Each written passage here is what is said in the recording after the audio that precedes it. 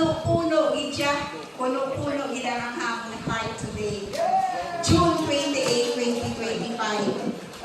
Salamat sa overwhelming support nga nakita ko from both nga sa among nga pamilya.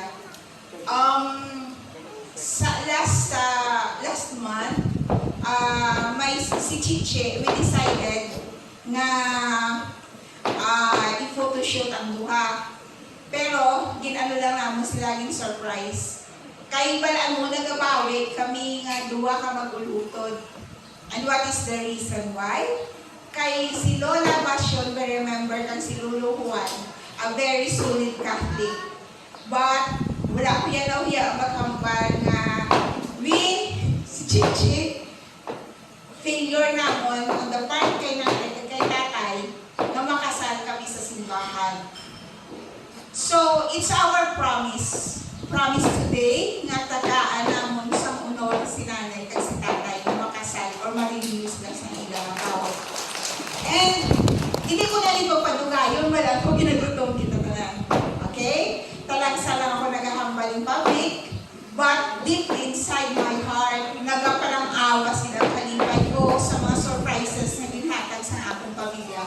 I know, sa subong mahambal ko, wala pa ako mag-50 man, next year mag-50 ako, na-feel ko nga ang gift ni Lord sa akin is the gift of life and family plus ang love.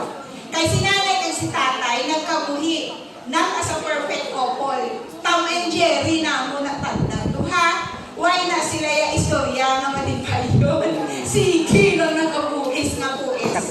Nevertheless, ano ang ilang ang line? Ang ila love sa isa kag isa. Kay masumbong ang isa, masumbong man ang isa. Isa pa lang ang gusto sa isa. Ang palangkaon ng isa kag isa sa ila. So, to officially welcome na mag-start kita, kaya ano ito hambal, nag-pledge kita mo, mapabusog kita.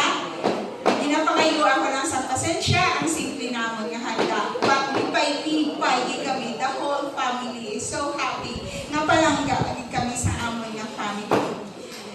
Nanay at tatay, congratulations.